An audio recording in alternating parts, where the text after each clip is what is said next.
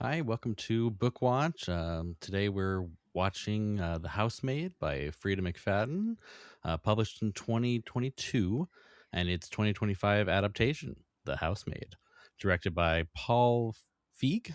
Uh, Today we're doing the brief introduction to the book's plot, talking about the actors' portrayals, and the film, how those actors sold the story or didn't. The film slash show is adapted from Rebecca Sonnenschein and Frida McFadden, uh, and the audiobook was narrated by Lauren Allman. I'm your host, Chris, and I'm joined, as always, by Sarah-Daye and Jordyn. Thanks for joining, guys. Hello. Excited for this one. Are you, though? Um, Oh. No, I was gonna say, Chris. no. Chris, do you want to admit to our uh, listeners? so for this one, I did not finish this reading the book. I did go see the movie, but I could not get through that book, and I'm still vibing from last night's viewing of the film. It's a bit of a rough one. I've got my Moles cider here, and with a little bit of cinnamon whiskey in it potentially, and it should get us through this here. Okay. Allegedly, there's whiskey. Yeah, it is tough. I mean, I think when we were all reading it and talking about it, I was like, this first half of the book, I am slogging hmm through it. It's very like I'm just Boring. gonna say it. It's boring and it's poorly written, and so I was really struggling to get through it. So I don't blame you for not finishing it, Chris. Yeah, I I think mean, there was a point where we were all like, "Okay, do we even want to cover this one?" We had it. You and I, Jordan, hadn't gotten to the twist yet, but we were like, "Let's just do it." Maybe this is the first time where we're like, "Okay, the movie's better than the book." We knew there was going to be a lot of hype around it. Sydney Sweeney's a big name. Amanda's a big name, so we were like, "Let's just do it." You Mhm. finished it before I did, and then I finished it, and then yeah, Chris, you couldn't we bring yourself decided to for do it. me to go see the movie first, and so that's what I did. I didn't get a chance to because of the Christmas holiday here until a little bit after here, so literally last night when we're filming this.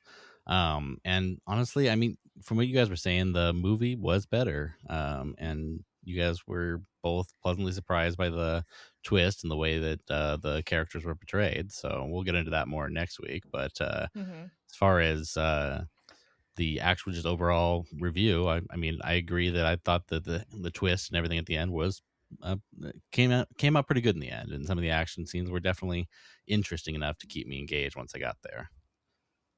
Yeah, I mean, the action scene at the end, just like, as always, full spoilers for this new movie, since we're talking about the whole thing. The action scene at the end where they're like being chased around the house, like that doesn't happen in the book. hmm That was an addition that they made for the movie. And I Okay, think that was probably a good choice to add that in there Agreed. just to like add some intensity and like that fear factor into it. Because otherwise it's kind of a boring ending, kind of anticlimactic. So I think they made the right choice Yeah. adding that I thrill think moment. all of I think all of the choices I think all of the changes the film made I liked except for the one that I think we'll talk tonight when we get into the characters. But when it comes to the plot changes, I think the movie made a lot of sense, and we'll get into that next week. I'm excited to talk about those. Mhm. But I do have a question about a certain character that we'll talk about tonight and the Yeah. changes to his arc. sounds Yeah. good.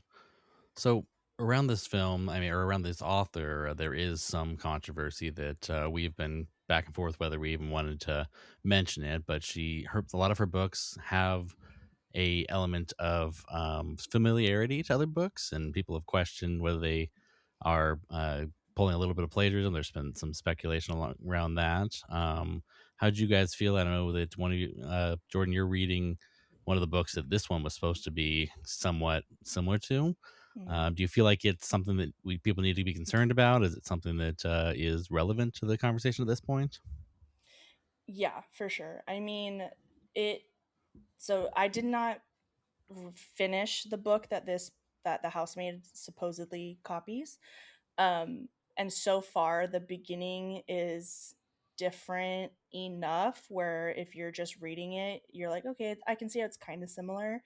But kind of researching how the ending so the other book is The Last Mrs. Parrish by Liv Constantine, and just like reading the plot summary for that book, the way that it ends, like it's pretty spot on with how the housemaid goes. And so yeah, if if you're reading this and you're like, this is really familiar, you're not crazy. Mm, And so I think if you it kind of depends on where you stand, like morally, I guess, if it's like a really big deal for you and like that kind of integrity is, something that you take really seriously. Like I would read mhm. the Liv Constantine books, the original ones, like The Last Mrs. Parrish, that's another trilogy. I would read those and skip Frida McFadden's because hers came second. But if you like don't really care, or you kind of like some people I've heard online, like they kind of like the guessing game of reading a Frieden McFadden book and be like, okay, which book is she ripping off of? Like, so if you're if you're kind of want to lean more into that, you can read both.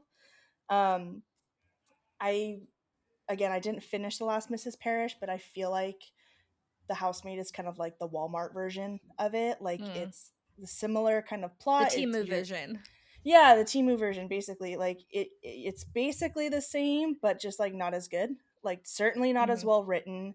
I think a little bit less interesting. Like the main character, like the Millie character, is more interesting in The Last Mrs. Parrish. So yeah, it's The Housemaid is just not that good of a book, Mm. unfortunately. So if you want like a better written book, read The Last Mrs. Parrish. If you just want some kind of like easy, quote unquote, like quick read to get through that, like you don't have to take that seriously, you don't have to think that deeply about, then The Housemaid is fine. Like it serves that purpose. But Do you yeah. think that she was trying to homage these stories, or do you think that they were No. just parts she took out of them? I No, mean, and I haven't read the Mrs. Parrish, but from what I understand online, and listeners, you can go down so many rabbit holes on this: TikToks, Reels, Reddit, if you want to learn more. But almost every single one of her books can be compared to another one. Um, it is important to note that, like, I don't believe, as far as I've seen, any legal action has been taken against her. So somehow, either they're not pressing charges, the other authors, or it's not enough for her to get in trouble. But the court of public opinion has some thoughts. yeah. Definitely. Let And us it's know what you also, think, listeners. We're definitely interested to have this conversation on our Facebook and different areas. What you think? If you've read other books by her, we'd be Mhm. interested to hear what you think too. Yeah, because Jordan, you were say something?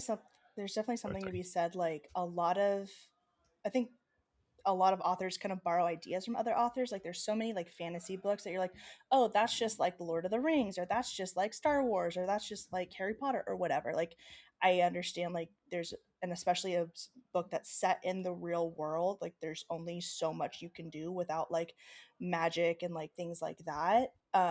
But this is like too close to be a coincidence, in my opinion, for sure. Like there's sure. definitely I and if she would come out and say like, yeah, I was really inspired by Liv Constantine, that sister duo who wrote The Last Mrs. Parrish, and like I wanted to put my own twist on it, I think that would go a long way towards making me respect her. Like she's acknowledging that she is like borrowing this idea from somebody else, or and like putting her own twist on it. So at least to my knowledge, she hasn't done that, and so she's just like, yeah, this was my idea, and I came up with this all on my own. And it's like, Yeah, I but was you gonna say, didn't. from what I have seen, I believe she has like denied it completely. Which is crazy because like again, Crazy. I'm only like 30% through The Last Mrs. Parrish, and I can tell like how similar they are. Like it's not right for her to be like just saying that she came up with this idea totally on her own with no influence from anywhere else. Like there's no way. 5 years later, after a book has been out, she came up with an idea that's the same. Yeah, not Yeah. really And super believable. I Hmm. I do want to bring up the fact that The Last Mrs. Parrish is getting an adaptation as well, with J-Lo and Nicolaj Coster-Waldau, Hmm. who is in Game of Thrones. Um, and it's not coming out until next year. It's in post-production. And I'm going to be interested in the discourse when that movie comes out, if everybody's going to compare it to the Housemaid movie, and then maybe the conversation about this plagiarism might be a bigger conversation at that time. And we'll see how well this one does, because I believe this one, you said, Chris, it's streaming on Netflix. I think so. I don't think Yeah. they've fully got all the details out, but we'll update as we get closer and keep an eye on the Instagram. I'm sure we'll be posting about it when it gets closer. Yeah. I mean, I think initially, like for people who don't know, they'll be like, "Oh my gosh, I can't believe they ripped off the housemaid. Like that's so lame." And then it's like, well, if you did Right. two seconds worth of research, you'd find out that actually the housemaid copied this. And so then Mm-hmm. I think it'll be interesting. It once like that kind of comes out, how many like what Frida McFadden's reaction will be at that point once like it's more widely known that she's got these allegations and it's not just like a smaller community of Right. people who know about it. Like once they become movies and they're widely available to the public, I think, you know, there hopefully she gives some sort of reaction and acknowledgement that like she took somebody else's IP and yeah, made it her own. It's different. Like I said, it's different enough, but like it's too similar for her to be able to legitimately say that she did it on her own. Mm-hmm. Right. And we'll see what the court of public opinion thinks. I mean, it's going to be tough since she's the second. This will be the second one coming out, not the first one. It's Mm-hmm. people are a lot bigger moviegoers sometimes than book readers in this sort of that sort of area of the popularity online. So we'll see what people are saying at the time. Yeah. I've found that the book is I've not found a used copy of it yet. I go to the thrift shops a lot looking for these kind of hard copies, and I have not found any Frida McFadden books anywhere, which is weird to me because I figured I would see some, somebody that didn't like the book, but they're wildly popular with my wife's Mm-hmm. friends, with a lot of people that I've seen, and apparently people keep them, or I guess maybe throw them away instead of donating them, so nobody else has to deal with it. Could go They're either way, I guess. also they're also free with Kindle Unlimited, so I That think could be a maybe big a lot part of too. people are doing the Yeah. ebook instead of buying a physical copy because like especially after reading it, I would never spend money on on this book. Like it was not good enough and with all the other allegations like I don't want to give Freedom McFadden my money. Right. And then like even the movie like I don't want her to have my money and like but like I have a Regal Cinemas like VIP pass or whatever. So like all my movies are free, so it's like I don't feel that bad about it. Mm-hmm. Um, but yeah, I think probably a lot of people are getting it on ebook at least That would initially, make and a then lot of if they sense. really like it, they'll buy a copy and keep it. But I that know Costco had a big deal on all of them where they were pretty cheap for oh the movie adaptation version and all those. So people who do yeah want it, that seems like a good place to pick it up. But I don't think I'll be picking any of them up. yeah read No. it first, and then if you really like it, then go spend money. But Get your read book it on trophy Kindle then. Unlimited first. Hopefully, we're not offending anybody that really liked this book. Let Yeah, us know. sorry. Yeah, plead your case if you did. Change my mind if you did really like it. And tell us if the next books are better. I mean, if they do the adaptations, I'm sure we'll follow up here. But Mhm. we need to And know if it's Sydney worth Sweeney actually going did into it. say like she's open to doing sequels. Yeah, Well, she likes that money, so Mm-hmm. yeah. she needs the job. And it like the movie left off in an interesting place where like I kind of I was interested in the idea of a continuation, like this housemaid who comes in and just kills abusive husbands to protect their wives. Like Mm-hmm. I'm kind of into that like female vigilante justice kind of thing. Like so I would be interested in seeing more of that nature, but I don't know if I could stomach reading more of the books. So maybe maybe I'll pull a Chris and just watch the movie. That's fair enough. Yeah, I've definitely got some thoughts about the ending that we'll get into next episode. But Mm-hmm. yeah, as far as these mystery thriller genre, do you guys read much of this? Is this something you're interested in at all? I mean, this might be new to kind of all of us as far as this direction, I think. I've read a handful of thrillers, but I'm definitely a scaredy cat, so I can't go to horror. Not like I couldn't do any Stephen King thrillers, but I've read a handful. Like I did The Girl in the Train. I did one about sisters in a cult that was interesting. Hmm. I always love a good twist, and you don't really get twists in romance every once in a while in a fantasy book. But yeah, I kind of go across all genres when it comes to books. I like to go into books blind. If somebody recommends it, I don't read the back of the cover. I just go in blind, and if I like it, great. Yeah. That's a scary way to go in the world. Right. That's I'm the twist for you, is whether the book's even, Right. something you want to good or read. not. Usually, um if it's being recommended, like I've got good friends that aren't going to recommend bad books. yeah.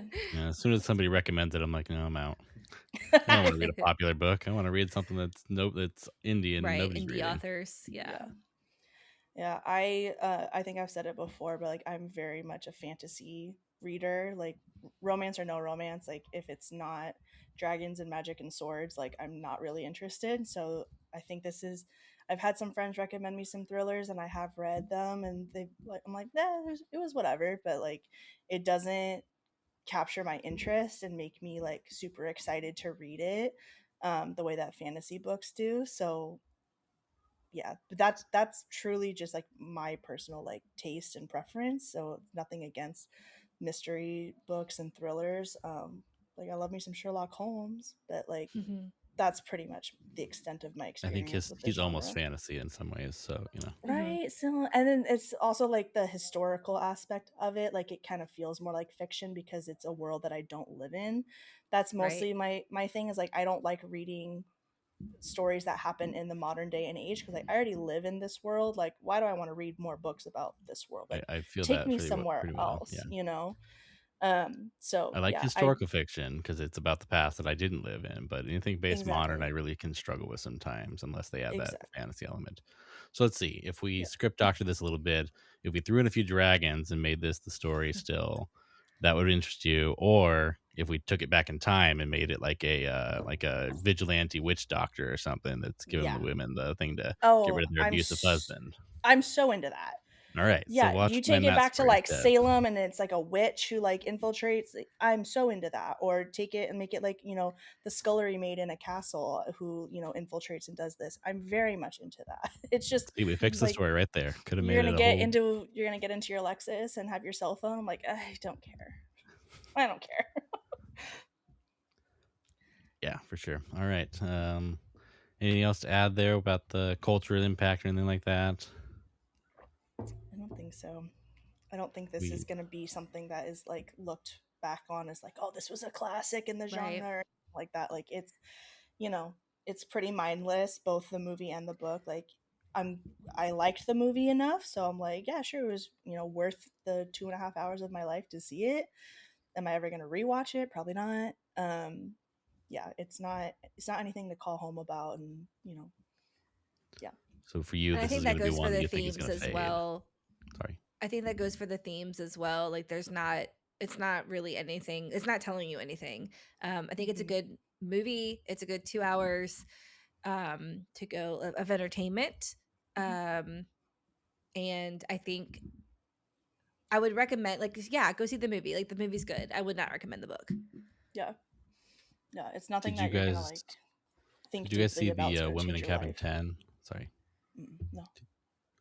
It's on, I think, one of the streaming services now, but it was an adaptation too, but um similar, like some of the gaslighting elements to this, where she was being told that, no, you're crazy, but for thinking these things, a little bit of, somebody fell over the board in the boat is what the story's about. And I watched it with some friends over a long weekend not too long ago, and it kind of felt to me very similar to the idea of this same idea of a psychological thriller a little bit. And I Mhm. think that the story was better, and but I did enjoy enough of this that if it was on Netflix and we were looking for that genre, maybe I would recommend it to my friends. But let's see. Do you think it's just going to, as far as its lasting, do you think this is going to hit streaming and just fade? Or do you think we're really going to see the hype stick around for the next Frida McFadden books, to the next sequel to this? Is it going to be something that sticks in the lexicon? Maybe. I think the fact that Sydney Sweeney mentioned doing the sequels, I think maybe we'll get another one, if not the whole trilogy. Um, and I believe that Frida McFadden already has some other novels in the works to be adapted. So yeah, I don't think she's going anywhere. Yeah. We'll have to see how that goes. Yeah. You guys want to get into, like we've already kind of talked about the initial impressions we've had about the film. You guys want to get into the key characters? Let's do Yes, it. let's do it. I have All right. thoughts. So with all drum roll here, we'll go to Millie, being played by Sydney Sweeney, as our first one to talk about. What do you guys think? At first, when we were reading it, I thought maybe I just don't like Millie as a character, and that's why the beginning was so bad for me and like so hard to get through. Um, but yeah, and like even in the film, like I really don't like her character. I don't like Sydney really as an actress so much. I think it's the same thing as like Dakota Johnson. I just think they're very bland. I don't think they give a lot of emotion. Um, so she was fine as Millie because I thought she was boring and I thought her acting was boring. Felt like a character that had been in prison for 10 years and doesn't have any Yeah. real Well, life and that's when experience. we were reading it, I'm like, maybe because she's been in prison for so years, she is just so juvenile. Because I thought like she thought that way, and I was just like, it was so hard to get through the first part of the book, which is from her perspective. Um, but I thought Sydney Sweeney did a good job of portraying that kind of naive blandness. Hmm. I guess you can describe it. Yeah. Okay. I agree. I think it's like I can't tell if the boringness of Millie is due to the poor writing of Frida McFadden or if that was intentional and she was like purposely trying to do that Right. and talk about, the effects of like being in prison for 10 years. I also don't know like what if any research she did like interviewing women who have been in prison and what it was like and how they were different before and after and like what kind of like PTSD they may have and how that affected them after they come out. Like I don't know if any of that research was there, and so is that like what Frida McFadden thinks somebody would be like after coming out of jail for 10 years, or if that's like legitimate how people might be after Hmm. being in jail. Because like in my head, I feel like if you're in jail for 10 years, if anything, you're more mature because you like have gone through a traumatic event and you've been living a harder life than like your average 17-year-old 17 to 27-year-old would. um but I don't know, so yeah, I don't want to give Frida McFadden too much credit because I don't think she's a very good writer, sorry. Hmm. So but yeah, I mean, based on how Millie was in the book, Sydney Sweeney nailed that in the movie, so like props to her for that. It just the character is what it is.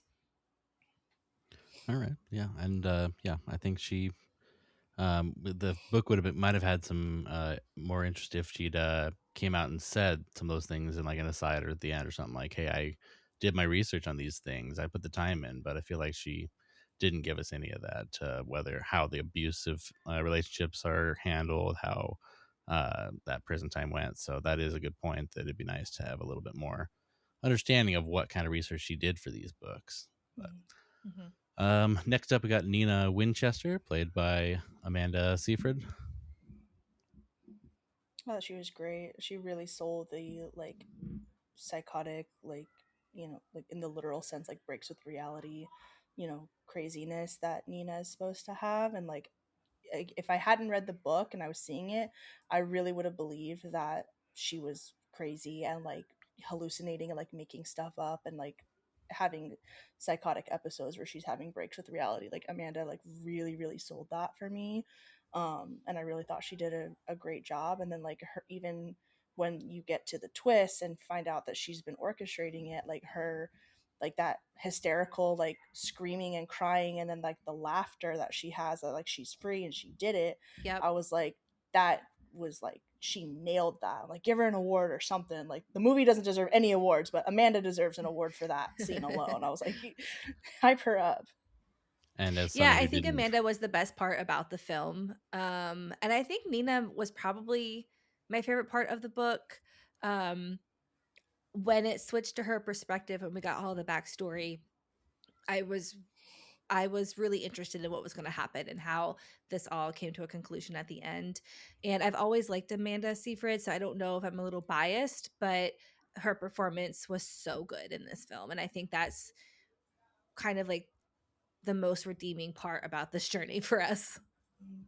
And as someone who didn't read the book first, going and seeing the film, I was definitely surprised when I got to that point, and it was really that change and her how she handled it all throughout really did pull me in a little more. And so, because that's one of the biggest things I struggled with in the book was just the constant gaslighting and like moments of her not giving her all the info and then getting mad at her for that. All that stuff was very off-putting to me that I'm like, I don't really want to read about this for 8 to 10 hours or whatever it was for my audiobook. And I Hmm. hope this changes, but I just could not get through some of those moments very well. Yeah, I mean, reading the book all the way through, it was so slow when it was Millie's point of view, and then as soon as it was Nina's point of view, like you said, Sarah-Daye, I was just blowing through it. So I was like, all right, now finally, 60% through Something's this book, happening. it's Right. something's happening and it's getting good, and like I'm interested in finding out like how it's all gonna work itself out, like, to the Hmm. end. But yeah, I totally understand. Even And the not to movie, get same too thing. far ahead of ourselves, because I know we'll talk about this in the next episode, but I feel like the movie did a better job of doing what I think Frida wanted to do with making the first half more suspenseful. Like, is Nina going to kill Millie? I think the Hmm. movie did much better job of that than the book did. Because again, I think the first half of the book was just so boring that it's like I don't like obviously nothing's going to happen. Like it's too slow. Like there's Yeah, no build up to Nina killing Millie. yeah. Right. All right. So next up, we got Andrew Winchester, played by Brandon Sklunar. Um, I thought he was super charming. I thought that the character at first that you're supposed to love was lovable, and then his twist was also very well, um, like scary. I felt what the characters felt of being a little scared of him when you're supposed to be, and but he still had that mixture there of, you can see it in that smile, the little bit of I'm someone who can totally get you to do whatever I want with everybody. Mhm. What do you guys think?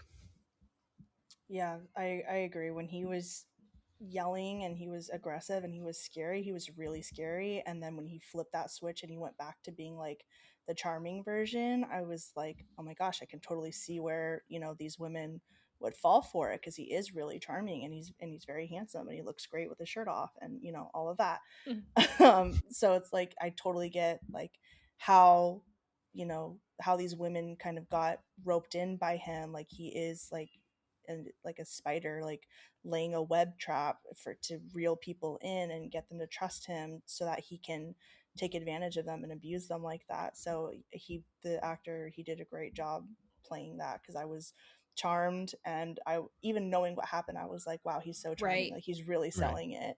I knew what was going to happen and what had been doing to Nina, and I still was like, yeah, but he's so nice though. Hmm. Then I was like, whoa, whoa, whoa. Keep it together. He fell into the trap. Yeah, yeah. So great job for the actor. Yeah. Yeah, I think he was really well cast. I don't think I have much to add to what Jordyn just said. All right.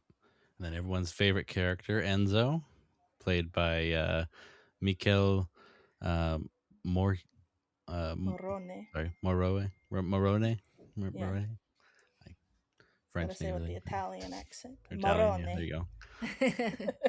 This Sarah, is you the had character that I wanted to talk about because, like you had said, Jordyn, in our text thread, he could have just been cut from the film. There was no reason to have him in the film because they cut so much of his purpose out of the film. Mhm. So, like, why not just cut the character altogether?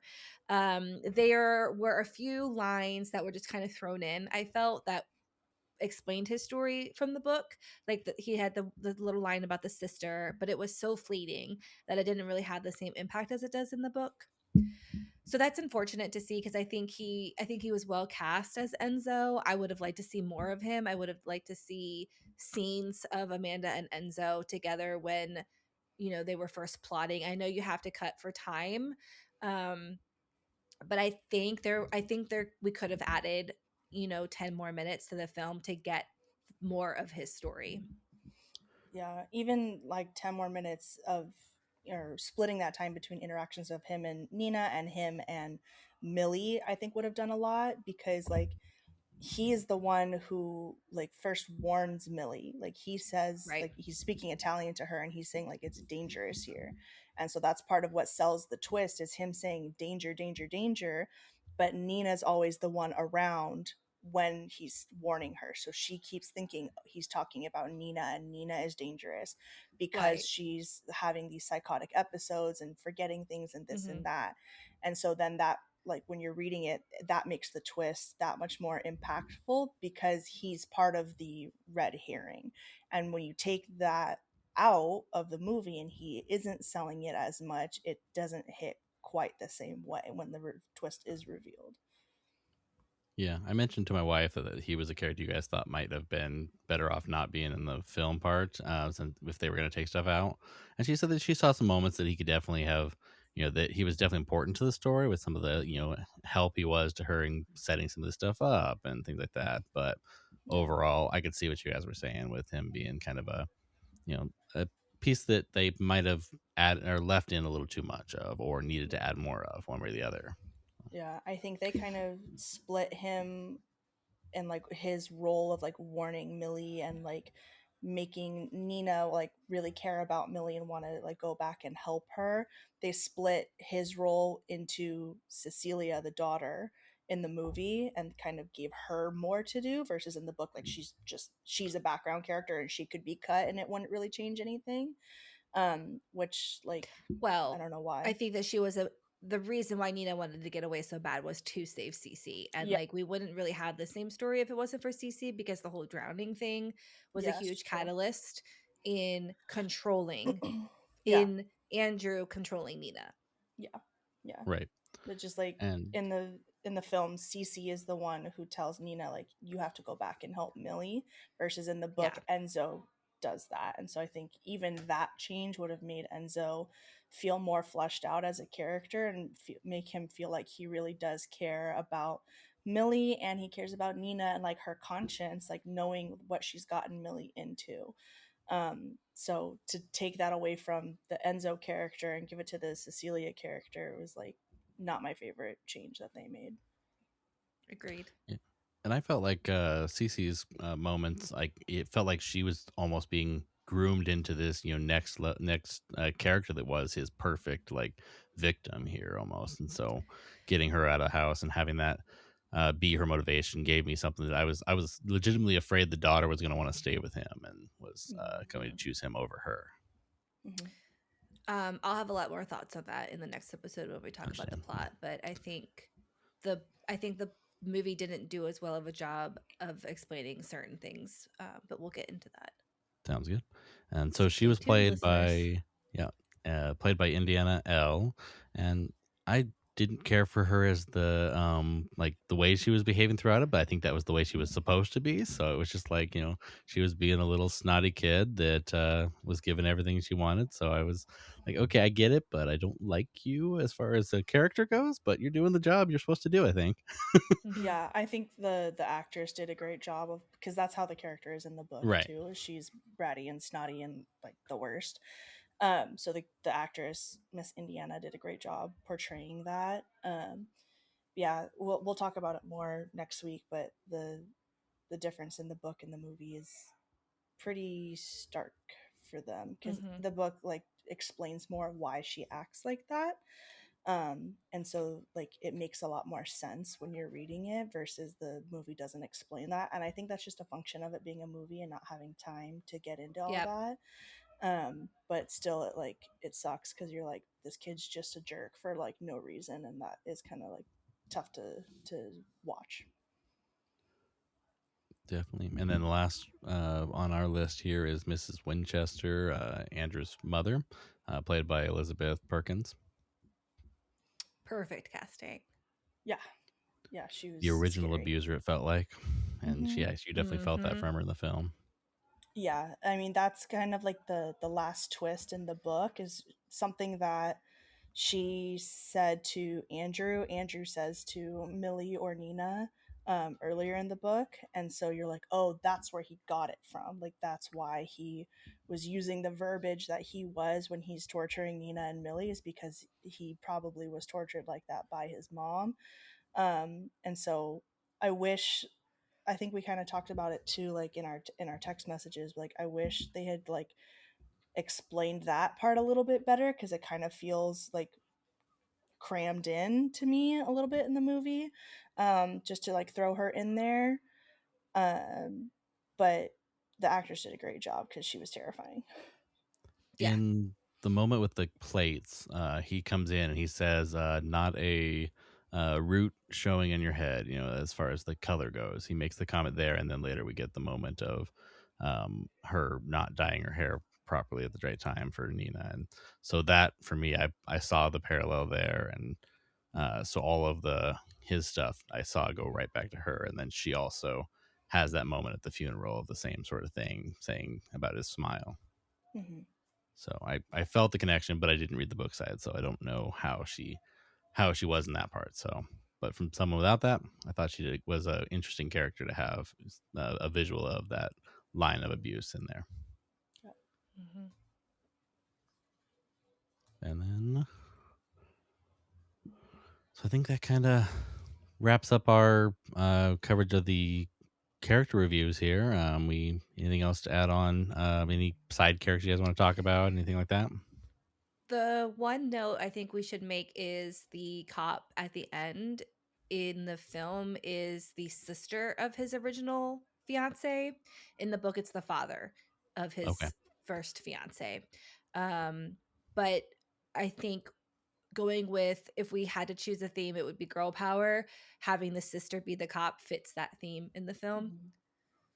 Yeah, that makes sense. Yeah. And I was going to mention, I will probably have more to say about that cop in the second part of our episode here next week. So Yeah. we can discuss that next time. But for now, I'll say goodbye for now, and we'll see you next week. Bye. Bye. Bye, guys.